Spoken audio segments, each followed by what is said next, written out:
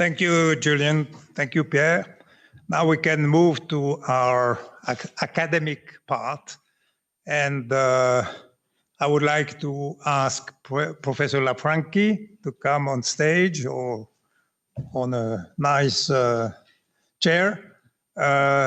He will lead the first panel dedicated to women in sport, and he will introduce the different panelists himself.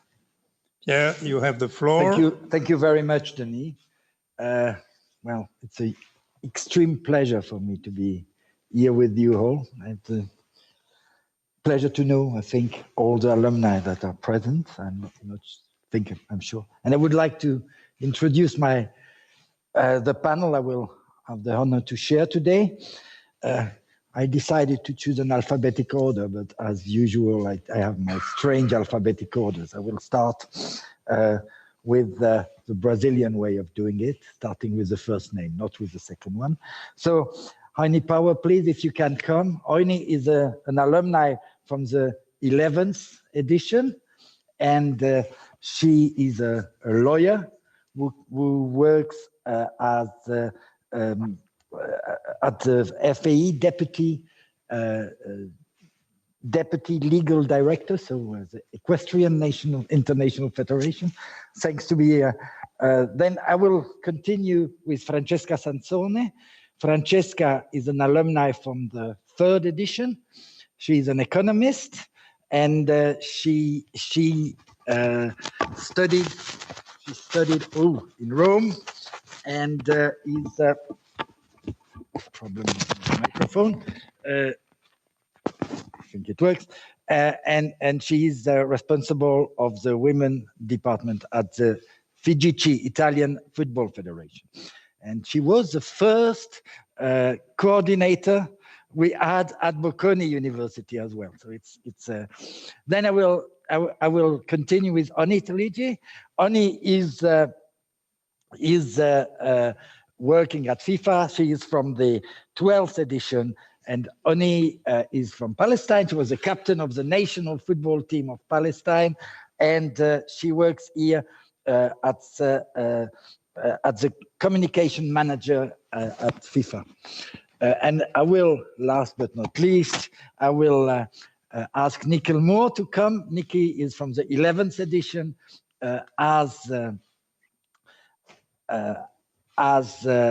Amy, and she is she studied international management. She worked for a long time at the NBA, and she's now working as a director of budget and management for sports investment. Well, welcome to all. I'm not so important today. It's really the most important to have you all there. As Pierre said earlier, the 21st edition was a huge achievement. We were also proud of that. For the first time, we had more women as men in the course, and that has been a huge pleasure to have as well a woman as the patron to be really the end of it. But you know, we are very interested in the FIFA Master to see this evolution. The first edition had only 2 women out of 26 students. So it's important to see the evolution to this equality. My first question to all of you, and I will start with the one who did in the 3rd edition with Francesca. How do you see that the role of women has evolved in the place of international sport? Do you have the impression there is more and more space given to women in sports?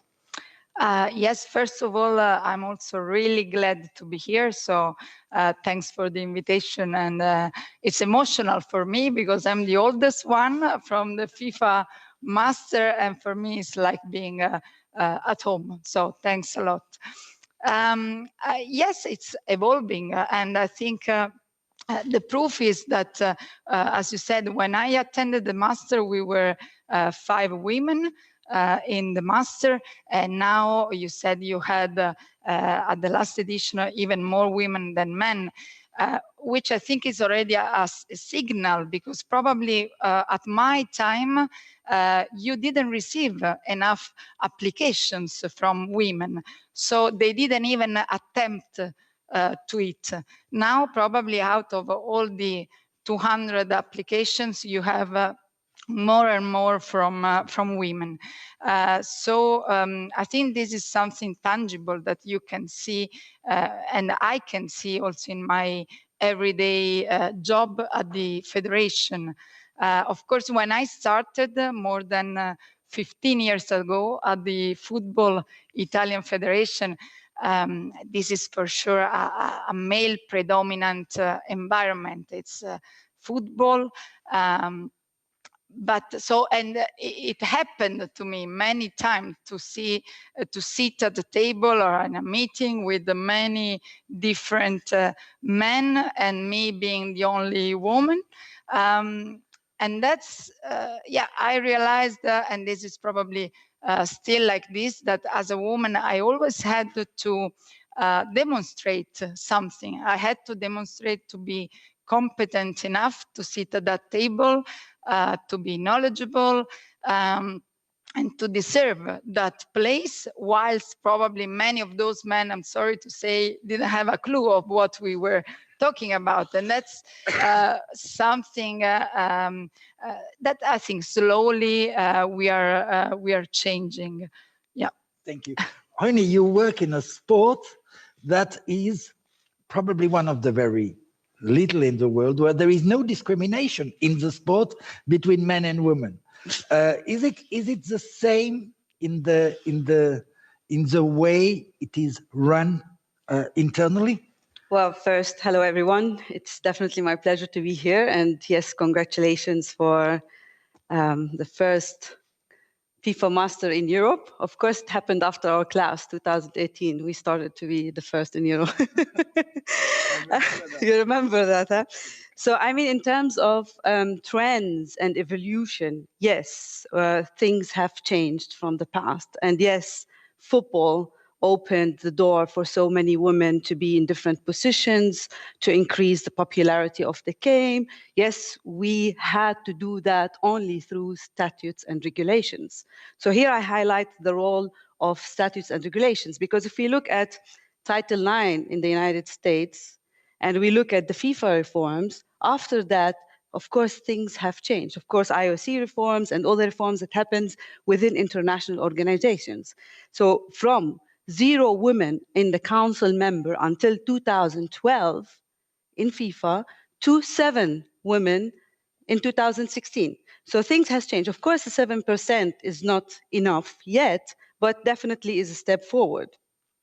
Of course, then we are talking about having women in top positions, as since 1904, FIFA never had a woman in such a decision-making position, but now we have the FIFA Secretary General as the first African woman to be our boss in FIFA. So this has changed through statutes and regulation. Now you will see that I have paper because I have my points structured. So now if we talk about despite all this progress, we can say that the number of women in high positions remain low. And that's why, in this case, we need the men allies, because they are the decision makers. Here we sometimes say, as long as men are the decision makers only, progress will not happen, because men alone cannot decide on behalf of women. So that's why we need the men allies, because currently they are the decision makers to help progress the women, because women alone definitely cannot fight the fight. We need equal. Have the FIFA master. No risk from that. Exactly. So we need this collective effort at institutional, in structural level to progress women. But now the challenges still remain, from the pitch to the board, to the top positions. Women are still absent in the top jobs. Why? Of course, we can talk about gender pay, the gap in gender equal pay. Of course, we can talk about fixing the women. You talked about this approach. There's an approach called fix the women, in order to fit in positions or organizations or in senior titles. because for them is to fix the woman because she needs to be confident, she needs to work on herself, she needs to build up her network in order to fit in this structure rather than to fix the organization.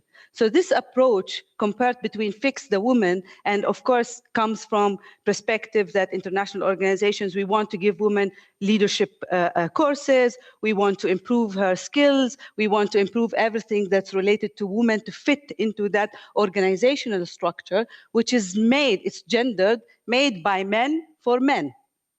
And that's where the struggle comes. And in order to change that, we need to have the balance that we cannot just fix the woman alone without fixing the whole organization. It comes parallel to each other. Let's see how other organizations like Equestrian, which has no discrimination in the sport. Is it the same in administration? Or would you say, I mean, nobody listened to you at the moment. You can say it very No, I think it's a really valid point, because I truly have the feeling when I work in the FEI that it does filter into the organization. And it's interesting, actually, our current president, Ingmar de Vos, he was elected in 2014. And he was actually the first male president in 20 years. So, you know, it kind of turns things a little bit on their head. And one of his first things that he did when he became president, I think reflecting the makeup of our sport, was that he appointed a female secretary general. And one of the things that she always said was that nobody was really shocked. It didn't really create that many ripples, because in our sport, people are used to seeing women competing against men on the field of play. And so it was quite organic or natural to see having a woman secretary general running the board meetings, representing the FEI, whereas previously they had been already used to that with having female presidents. So now we see in the administration that many women hold high leadership positions, so it's great. And what it allows us, I think, to do as an organization is maybe move beyond the kind of women in sport question to broaden it out to diversity and inclusion in sport. Because truly, I feel that's where the conversation needs to go, not just make sure that our organization has enough women, but more make sure our organization is diverse. And of course, one aspect of that is gender, but also we want to see people from different ethnic backgrounds, from different socioeconomic backgrounds, LGBTQ, everybody represented at the table. And that's how, as an organization, you make better decisions. So I think in the FEI, because we've probably moved a little bit past women as an administration, as an organization, we're trying to get ahead and be better at that. And of course, there's still work to do. Yeah, and I think question like, for example, fighting corruption, the place of women in that has been essential. We're not corrupt.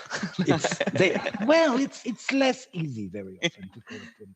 Nikki, you worked in other sports than football.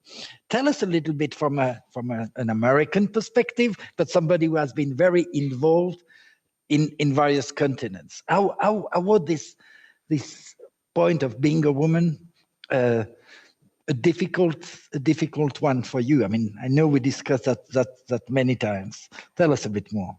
Difficult? No, not in the personal sense. Like, I truly enjoy being a woman, so it has been very different. A lot of the times you walk into the room and you're maybe one of one woman in the room.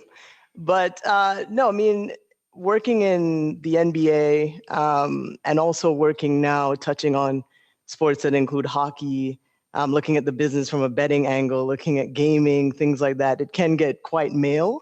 But at the same time, at least in the US, we've seen a lot of women start a lot of their own things, and loudly. So I was talking to Dino earlier about a woman named Jamel Hill, who went from sports commentator to what I hope to see as like the next sports Oprah type of thing. She's built out her own podcast network. She has her own platform. She's building her businesses. She's investing in film, etc. In different rooms, you will see a lot of women, but I think to Honey's point earlier, it is a lot of how do you ascend and get to the top or into the top levels of the discussion. Tanya's point about diversity and inclusion, it's also a point of kind of thinking about how those play into how we do better business, because a lot of times we talk about it from a representative standpoint, but we may not talk about it from a tangible standpoint as to what the outputs can be.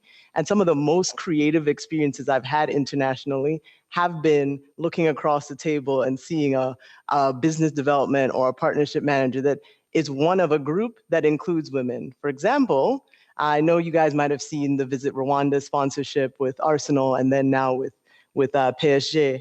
And one of the most fascinating things I learned from that was how this woman sat at the center of it and looked at these sports partnerships, something I had never heard before, and said, how can we leverage sport to almost develop our entire industry and economy within Rwanda through this?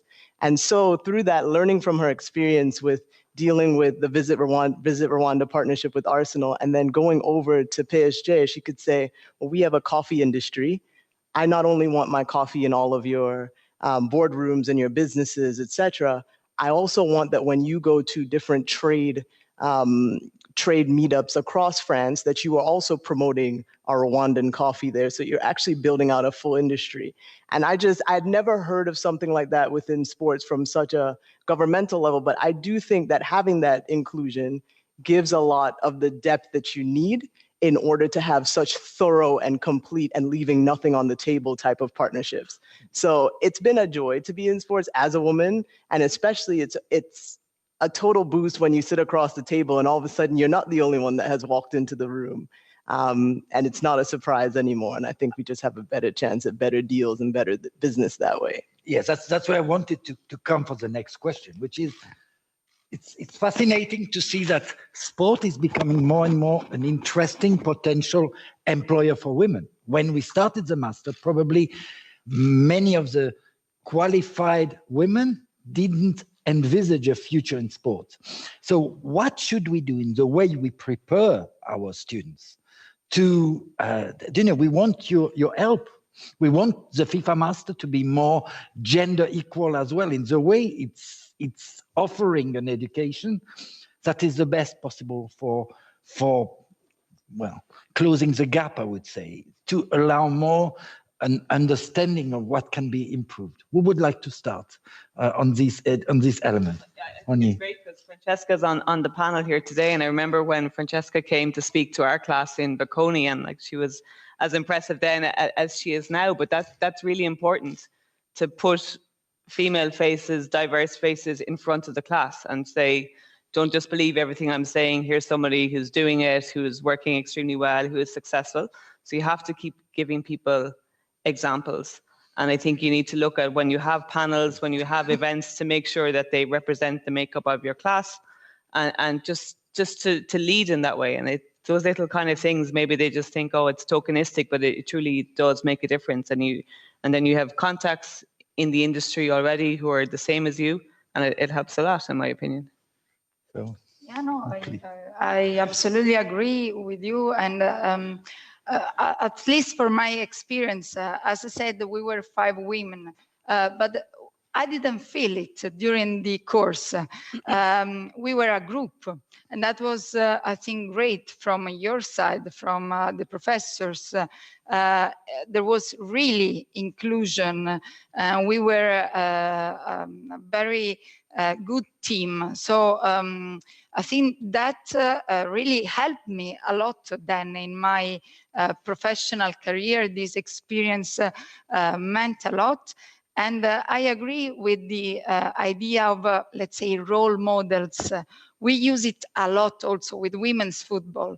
I mean, now it's amazing how powerful certain messages can be from certain women players. For example, we have the captain of our national team, Saragama, and she's become even a Barbie from Mattel. They did a project from her.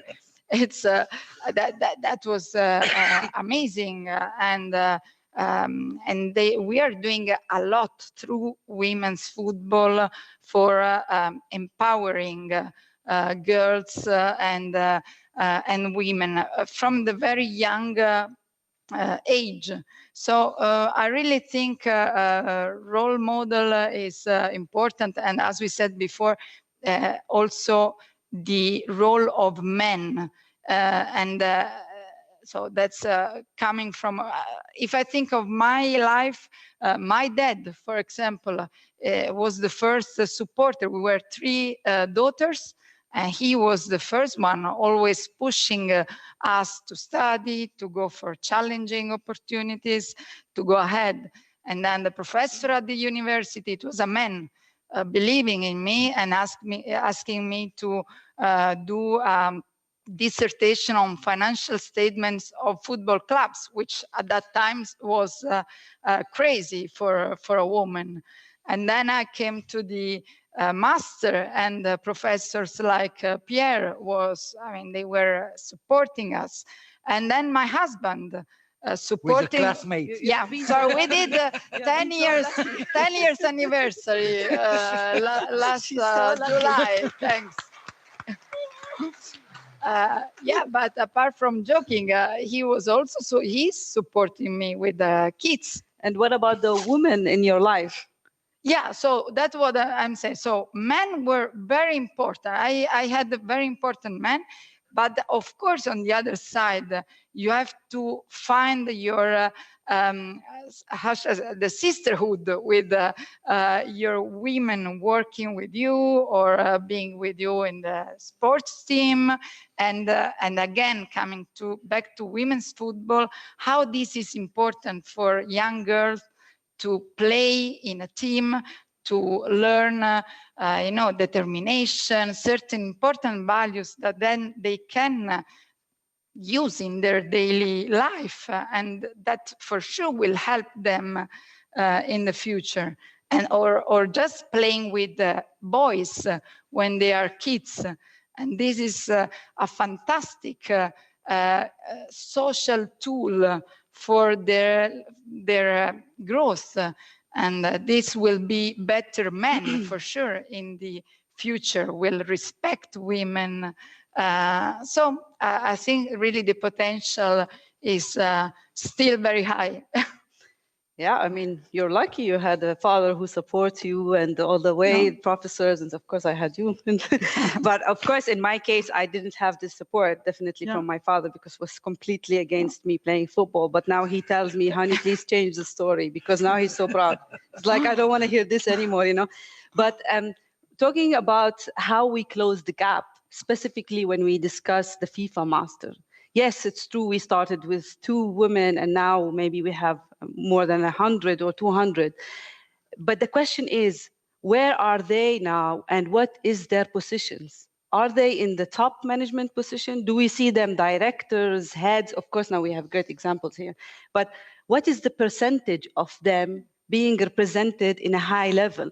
How are they helping other women and opening the doors for other women to have an opportunity? Because we all need opportunities. We have potentials, we have skills, we have experiences, but sometimes we need this one opportunity that maybe comes from one person, whether it's a man or a woman, to enter the workforce and then show what we can do. Of course, we have, again, to prove ourselves and fix ourselves and all these things.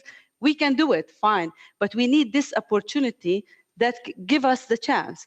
So the question here remains, how do we follow up with those alumni? Where are their positions? How they are helping each other and opening the door for other women? Because we talked about role models. When I was young, I wanted, You're still young. when I was, thank you, with the gray hair, but I wanted to look up to a woman that looked like me. I was playing football, but I never visualized a woman that one day I wanted to become like her. And that's what's missing. When I joined the FIFA Master, it was a great opportunity, definitely. We'll talk about it even later. But every time we go to a field visit, there were men presenting. Most our professors and teachers, it's a fact. I love the FIFA Master and everything, but they were all mostly men-dominated. Even when I wanted to join a football team in my class, there was a huge discussion that girls were not allowed to join. It was more worse experience than me coming from Palestine and the Middle East. I was like, what? That was my first challenge.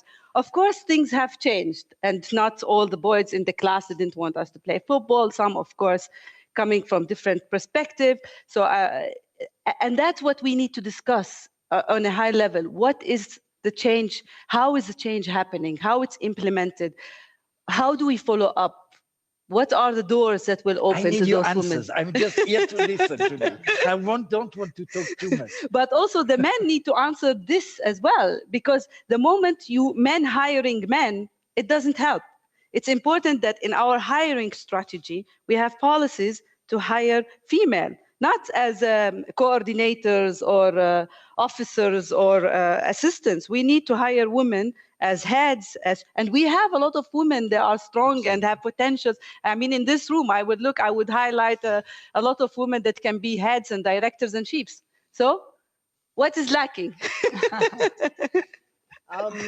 I would say FIFA Master has a very organic opportunity. Like, I look out now and I think there are ways to have conversations like this, sure, where we're highlighting women on a panel. But I think in our classes, as we open new industries and open new conversations, just ensuring that, you know, the discussion is in fact balanced with who's presenting. I mean, we have the resources, right? Like, you've worked 20 years to build up a network of, you know, women who can, you know, talk about some of these topics from a very professional standpoint. I mean, I went on LinkedIn yesterday. I see Christina giving a masterclass in Germany. And I'm sitting here saying to myself, this is where we've come from, right? We were the 11th edition. And it seems that now, even though we will have these opportunities to highlight women and to elevate women and to open those doors, there's also an extraordinary opportunity to do it so organically, because so many of us are now very much involved and embedded in so many of the different areas that are important to the FIFA Master discussion, right? So, you know, getting that reach out from CIES and from De Montfort or from Bocconi to say, hey, we're talking about X topic, you know, can you come in and speak to it? I think it just balances out immediately. It gives a different visual. It almost conditions people to understand that there are multiple perspectives that come into truly understanding the depth of both a topic, a business, an area that you're trying to advance. So I think we have a very extraordinary opportunity. I cannot speak for other programs, but as you've added more and more people, we were a class of 4 women, but these are still 4 women that I lean on all the time, right? So it's not, you know, it's an organic thing and an organic thing that we've grown here at FIFA Master that I think we need to use and leverage. We need to pick up the phones and we need to have those conversations, but sure, highlighting in some instances, but sometimes it's really just about that topic and understanding the depth of that topic and the true added value of multiple perspectives to being able to squeeze all the juice out of something. Yeah, one of the element based on that is the example coming from the leadership of sports. And I'm interested in how you know, sports that don't have this concept of discrimination between male and women may have an impact in the way it's made. Is that creating a different culture in the organization of the sport? Yes, I believe it does, and I believe it's probably the starting point for anything. If you want to tackle any problem or issue, is awareness. So I think the more women you have in the sport, the more likely it is that they're going to be aware of, well, your board doesn't reflect our sport. What are you guys doing about that? So, and there are definitely concrete measures that I know our organization has taken to try to address it. We have a nominations committee that reviews all the applications for positions on the board, positions on committee, and they have a policy that if they have 2 candidates which tick all the boxes and are equal in all other things, they will make the recommendation in favor of the candidate that brings more diversity, whether that's regional diversity or female gender diversity. So that's already really good. But I mean, it can be small things, like we give a gender grant every year to national federations for a specific gender-related program, which is, it's only 20,000 francs, but if you're a smaller national federation, that's a lot of money.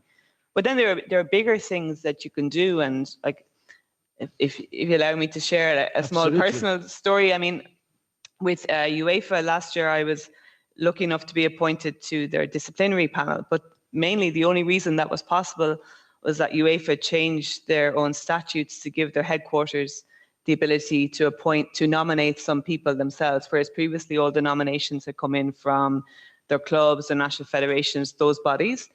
And and we see this time after time, is that those bodies are generally at the top. They're men, so they probably, in a blind way, not in a discriminatory way, but they just appoint people from within their own circle. And so the pool of people who were constantly being put forward was exclusively male. So but UEFA, they acknowledged that, and they said, okay, so we're going to actually take some matters into our own hands. And so they appointed myself and 2 other colleagues. They put us forward for approval by their board, and we were appointed. So for the past year, we've been the first female representation on that committee. And with COVID, it was difficult. We didn't meet up in person, but this year I had the chance to meet up with the committee in London during the Euros. And I was speaking with some of the previous male members of the panel. And, for them, it was an adjustment because they'd held their meetings before and they never had a woman in their midst, and they're making decisions on Women's Champions League and in general. And I was, it was plenty of opportunities to speak casually. And I was like, what's your experience of this? How do you feel? They were like, actually, at the start, we were a bit worried. We're a bit worried that we'd say something kind of stupid, that maybe a woman would take it in a bad way. But we like it. It changes up the room. It changes up the atmosphere in the room, and it's a good thing. And are the women sports leaders talking to each other? Do you create some groups? And because one of the risks I saw, current situation and recent situation, we saw that some women were achieved top positions, but when a crisis came, they were much more attacked than some traditional men in some cases. There is a risk as well from that. My question to all of you, and then I will give the floor to the assistants if they have some specific question. My last question will be regarding the major specific issues to women at top sports and at management sports. Do you have the impression at the moment, in your current experience and what you learned, that the content, well, really, I think what is important is to use this rare and fantastic opportunity to improve the content. What should we add to what we teach to our students to develop awareness and to prepare them better? So from what you learned, do you have the impression we prepared you well, or what should we add for young women coming from different places to be more prepared when you do your job coming from the FIFA Master? Because it's not just to celebrate how good we are, but to try to use this opportunity to improve what we're doing. That's what is the most important for us. Any suggestion, please? I think now, okay, we said about preparing the women. Do we prepare the men as well? Because for me, it's about balance. It's prepare the men also to be feminist. It's prepare the men to accept women in top positions. Of course, the men allies is very important as well, but we need to have this balance in terms of gender equality is good governance. And the unwillingness of organizations to have women in positions, it's not because the women are not capable. It's because they are capable, they have the skills and experiences, but they need the men to give them the opportunity. And that's where we start to change. So now, for example, policies. I talk about policies a lot, because if we say, for example, next year, 50% women and men should be in the class, exactly 50%, right? Like that's a rule, that's a regulation.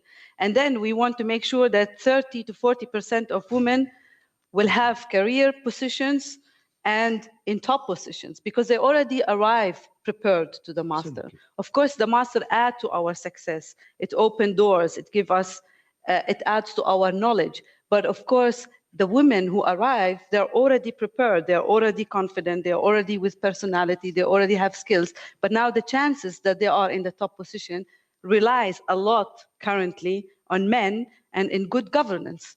So for me, that's to say, good governance is gender equality. We change policies, regulations, we close the gap. And that's the change will start to come. And of course, the master gives us this opportunity because we are the change. We are the generations. We are the to come, and we are the leaders to come to change that at all levels, from grassroots to elite level. I like to laugh what Nicole said earlier, though, as well. All of that is really important, change the policies, but don't necessarily focus on the issue, the difficulty, just follow the money. It makes like good business sense. Yes. Like there's plenty of studies out there that show the more diverse your organization is, the better you are at decision making, the better you are at handling crisis. It's just, it should be like that because it makes sense and you will be a better organization. So I think if you focus on that, focus on the activity, bring in people that can demonstrate that can go through the studies. And so if you're a man or a woman who's in a hiring position, think diversity, think, is this, by bringing in this person from a different perspective, is this going to make my organization better? The answer will almost certainly be yes. And by doing that, I mean, you're already taking a giant leap. Focus on the positive aspects, because nobody likes to hear people complaining all the time, and I don't want to complain. I don't wake up every morning going, God, it's terrible, I'm a woman working in sport. I think this is great, and I think we're on the cusp that there's going to be loads of opportunities, so I'm really excited about that. And I think we can contribute. No, that is exactly it. I also think from a class perspective, in terms of improving the course or anything like that, I would definitely say it's also about kind of having those conversations about the structure of everything we're entering. So, you know, we talk about the different federations, the different businesses, the different organizations that we work in, and knowing the different levels, but also talking about the path to getting where you want to get to, and not necessarily always talking about starting as a humble servant, you know, from the bottom. Like that's not necessarily it. If you came in with a certain level of experience, maybe what you're doing is you're telling people, hey, you know, push at all levels. You know, from the minute you leave here, from the minute you're here, start to push higher from the jump. Maybe it's, we will have internships, sure, but maybe it's also, hey, you know, go knock on some doors even further up and further afield. In our case, especially in the US anyway, is to say, look, in my case, for example, I'll just speak from my own thing. I was in a class of 28 with 22 nationalities. All of our leagues need to grow from a diversity perspective in terms of the markets that they are in fact following the money of, right? They also need to grow internationally. What better thing to say than, well, you know, I've had the chance to interact with people from 22 nationalities and understand how the international world consumes sports, whereas we are in fact domestic sports trying to sell to an international market. So it's almost like looking at all the different growth points. It becomes very obvious to say, hey, look, we might actually have a leg up based on, you know, the breadth of knowledge that we're consuming across the 3 universities that we're participating in, across all the different professors. And even more importantly, when I went to undergrad, my father kicked me out of my room at dinner time to say, I know I didn't call you to find you studying in your room. And I was like, what is happening here? I've been studying my whole life. This is what you've always said to do. He said, you have 1 million people who have learned 1 million things that you will never be able to, in fact, learn and know on your own. You might as well go get the Cliff Notes version. This is prime dinner time. I never want to call you in your room and find you there at 7 o'clock. This is unacceptable. I am not paying for college for you to do that, right? And in America, you are not paying for college for you to do that. So it's that. I think we have an advantage. I think we need to talk about it from that point and start mapping out the path. You want to do what?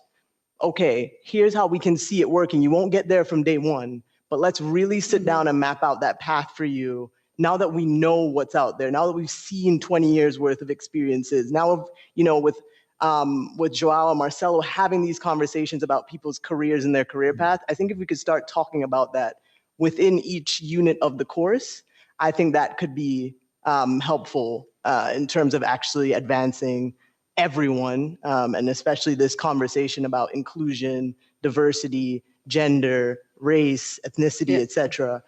Going forward. Absolutely. Yeah, no, I absolutely agree. It's not really a matter of a content, something that you have to teach as a different topic. It's more the approach that, of course, you have to bring ahead.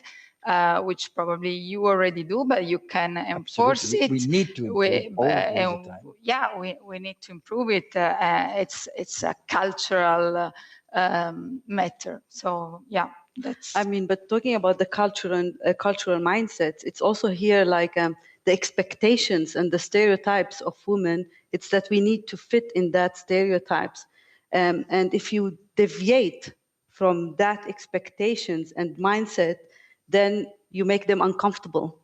It's the best to make them uncomfortable. Yeah. I like that. Yeah. So you make them uncomfortable, and then they challenge you every day in your life. But also women adds to that because the culture dictates it. And now we talk about women as well, because the culture dictates that stereotype and mentality. And for me, as you know, you might hear of that, well-behaved women, they never make history. So we don't have to behave. Perfect. So I think the best at this point is to give the floor to the people in the assistance if they have questions. I saw the first one is Renate and then Taha.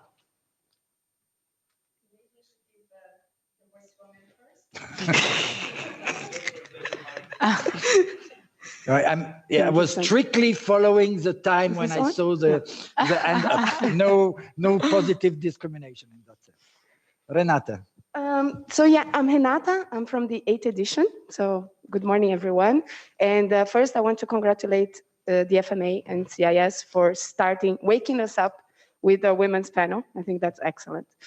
Congratulations, ladies, on everything that was said today. Agree and plus. But I do want to say that we did discuss a lot on women in football, so in sports, excuse me, when you arrive in positions in institutions and federations. We briefly discussed women playing sports. And then we also have the layer that women are consumers of sports and consumers of women's sports and men's sports. And a lot of the positions that we are now singing victory for are women's sports. And you know, a small part of everything that it should be, because someone should be in the FIFA meeting saying that you need more toilets for women than for men in a stadium, because we take longer in the toilet and that's it. But you need that point of view from a woman in the men's table, in the men's sports, for the World Cup, men's World Cup, etc. So my question is, are we singing victory too soon? Because we still have that one last barrier of being part of all the discussions and not the women in sports discussion. Thank you. Yeah. I would say no one is claiming victory yet. Yes. No. We have lots of work to do. It's not even halftime. It's not even halftime. I would also say, I hate to be the follow the money girl, but I guess I'm the follow the money girl. You know, it's this. All right, so sitting in the NBA, sitting in US leagues, et cetera, they all understand that all of their sports are almost playing to the full family and playing to the full audience. And they know at the end of the day, there's a very, very strong piece of that full family and full audience that is represented by women, whether that's a participation from youth levels, whether that's you know, going to games, going to events, that's the whole family. So there's always been this kind of emphasis on how do you maximize the market, first of all. To your point, yes, there's been this huge increase recently around women's sports, with Just Women's Sports, The Gist, Together, all of the Serena Ventures, you know, and I think there's an opportunity there, but we are definitely not claiming victories, definitely not even halftime, might not even be the first quarter, at least from a basketball standpoint. But yeah, I sit here and I just say, to me, it's just too obvious. And maybe it's almost, maybe because I'm in it every day and always trying to look at, you know, an investment from a particular standpoint of how we maximize everything. I just don't understand how you can leave out a half in any part of it, whether it's in the boardroom, whether it's in a specific business negotiation, whether it's trying to analyze a piece of the market. It just doesn't seem to make sense to me. And that's my perspective on it. Yeah. Like in our organization, our top title sponsor is the watch brand Longines. And so obviously a huge, like to your point, Renata, like exactly understanding who your consumer is. And so we're thinking, we're broadcasting equestrian events. We've done market research studies. It's like it skews more female than male in general, depending on the discipline. So that, you know, they're a brand and they want to connect with that market. It's probably not great if we as an organization send a team of 4 guys to the meeting with Longines because we want to work on co-marketing projects where we like cross, you know, our sport with their brand and reach that market. So, you know, we have a female who's in the head of partnerships position, and she can bring that perspective to the meeting. Just a practical thing like that, and develop things like we want to do a little game on an app or something like that, going, who's going to want to do this? Is it going to appeal to both? So little practical things like that. I think it's a really good way of turning it around and looking at it from that consumer's perspective as well. And then, like Nikki says, it just begins to make more and more sense. Perfect. Taha.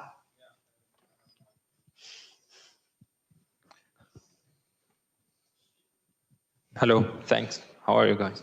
My name is Taha. I am from the 11th edition.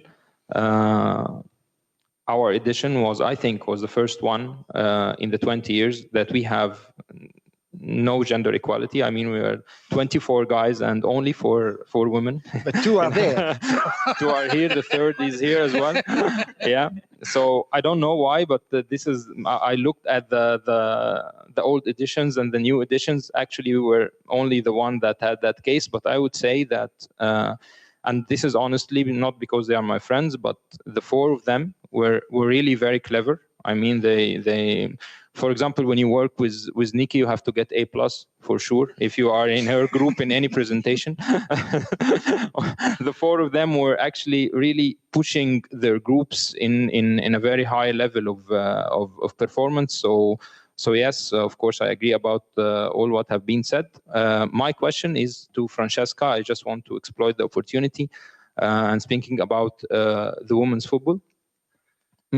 We have a concern, not a concern, but a problem that we don't know how to solve. Maybe in our countries, maybe you guys have developed that. There is a reason in our country or the other countries around in Africa. I'm from Egypt. So to push the women's football, we don't have fans for the game. Like we have fans for football. And the main fans in our countries are actually men. And they have alternative. They have the men's football.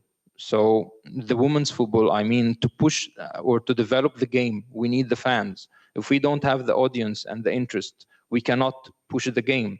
The other problem that we are facing that the big clubs, which have the fan base, they don't want to create women's team. We have women's team, we have a league, but from the clubs that have no fan base. Why? Because they are afraid. Because maybe if we are creating a women's football team and the performance is bad, then it's gonna be fire back on the men's team, which is the main, channel for getting money and sponsors and so on. We don't want to be embarrassed or somehow. So we are now don't know how to tackle the issue. Shall we develop the fan base first for the women's football, or shall we develop the grassroots and the kids? We don't know how to do it. It's a difficult question. I mean, of course, when you grow a sport, you have to do it from different angles. So we have just very recently published our new strategy for the next 4 years, and of course there are several pillars we are working on. So we are working on the participation of young girls to the sport. We are working a lot on visibility and image because this is a virtuous circle, no? And once you get a certain visibility, then you will get also more fans. And of course, the quality of our competition needs to grow as well. So as far as at least for Italy, the introduction of men's professional football clubs into the top level Serie A women's competition was very good, because we brought the big brands, Juventus, Inter, Roma, into the game. And of course, this is creating much more opportunities for us. So we are working at different levels, from the bottom up, so from the participation, the grassroots, but also from the top to the bottom, taking advantage of these big clubs, professional clubs, to have visibility. And now, I mean, you cannot imagine how fast this is growing. I mean, in the recent years, we are now on the free air TV. We are, we have space on the newspapers, on the social media. We are growing dramatically. So it's something that I can tell it's working, but you have to work on the different levels. You cannot only just focus on one side. Yeah, that's at least our experience. One thing, just please, it's like 10 words. I think gamification is big in terms of sucking people in and the second screen. So like sometimes people aren't even introduced to a sport or they're not even interested yet. And then all of a sudden you add some other element and now they start following it. In our case, it can be a little bit odd with betting, but that has brought a lot of people to women's sports as much as, you know, I'm conflicted about it sometimes. I just wanted to point out that there are these weird other avenues that also come around in terms of building interest. There are two more questions very quickly. The two questions and then an answer from you and the conclusion. So Sandro was the first one and TK is the other one. There are also questions coming online, actually, from people following the conference. And there was a question from Tabo, I think directly to Honey. He says that the Irish football has just introduced equal pay for national team players, men and women. Do you think this standard should be followed by all FAs? And then he would also like to know if this is what FIFA will encourage. Anya or Honey? I was Irish. I guess that you can both answer. No, I'm very proud to be Irish today and to see that the National Federation of Ireland did take the step. And it was interesting that the men's national team took a bit of a pay cut in order to make it happen. So I think that's great solidarity, a great message to send. And I don't think it's a coincidence that yesterday the Irish women's national team announced their first standalone sponsorship by Sky of the women's national team. So I think that's a really good message to any organization. If you take that step, if you make that leap and you show progress, it's very attractive to corporate sponsors to be associated with a movement, with an organization like that. So as to whether... Sinead agrees. I see that Sinead agrees. Yeah, exactly. You can't disagree with it. I think it's so obvious. And as to whether or not FIFA should do it, the president's not here, so it's probably best to let him come back on that one. So. TK. I mean, I could add definitely like an example is always good to follow because Ireland had started, but before that we had different examples from Norway, from Brazil, from New Zealand. And of course, when you have the courage to start, then others will follow. I think it's for me, like when I started playing football in Palestine, I was the only girl to start playing. Then after that, I opened the door for many girls, and then we have hundreds of girls playing football. We have clubs, national leagues, etc. So we need the example. We need the courageous member associations to start this so others will follow. And of course, when others will follow, then we have more numbers, then we have more equal pay. And FIFA definitely is supporting that at all levels in different forward programs, funding, etc. So for example, now one of our policies kind of is when we give donations to member associations that there is also a percentage for women. For example, the COVID relief that happened during the pandemic was supported with member association, 1.5 million to each member association, but 500,000 dedicated only for women. So we need this change to improve at all levels with this obligation, definitely. I think TK, very, very quickly. A number of you touched on male allyship. Concretely, you got a lot of men in the room. What do you want to see from them? Oh, that's a great conclusion. I would say hire, if you have the leadership position, hire more women in top positions. Don't be afraid, don't be uncomfortable. Trust women from different backgrounds, women of color, because they also face a lot of issues in the workplace.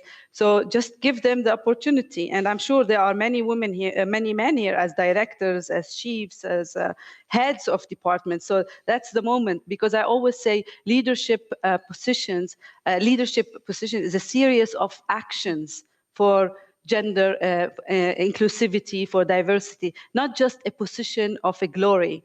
So when you are a top in positions, yes, you feel great that I'm the director and chief and the glory around it, but what is the actions behind it? How do we change that? It's important you are a man, but I don't want the man to say, yes, but I have two daughters in my home and they teach me how to do it, you know? So it's not just about slogans and about posts on Twitter and social media accounts. It's about actions, real actions for change. And I expect this from starting from the men in this place, in this house, to start implementing that and give more chances and opportunities to women at all levels.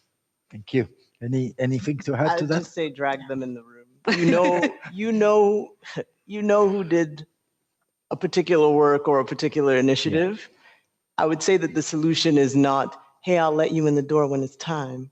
I would say the solution is bring them in the room with you so that they're in fact elevated at the same time, right? So a lot of times people come to you for a question that you might know a team did. So I heard Masai Ujiri say it once where they asked him why he was so successful or something. And he said, I have a team full of women. That's basically, I only hire women. I was like, you only hire women? That's interesting. But nonetheless, I remember my next thought was, man, I wish, he'd also bring one of these women up on the stage to talk about some of those initiatives that they then worked on to help support his overall business. And then in the room, when we are all finally in the room, I'm not saying cede the floor. That's not what I'm saying, but either elevate what was said by a woman possibly, or perhaps not repeat what that woman just said.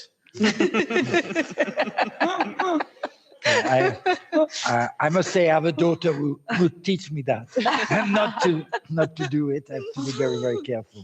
I would like to thank you all so much for your participation. I promise from our side that we will take into consideration the points you made, more guest lectures by women brilliant alumni, more participation of women in our visits, and I think we are so proud of you. And I would just like to thank you all so much for this special day, and it's a huge pleasure for us. Thanks so much. Now it's a break. Thank you. Thanks, Jeff. Thanks for you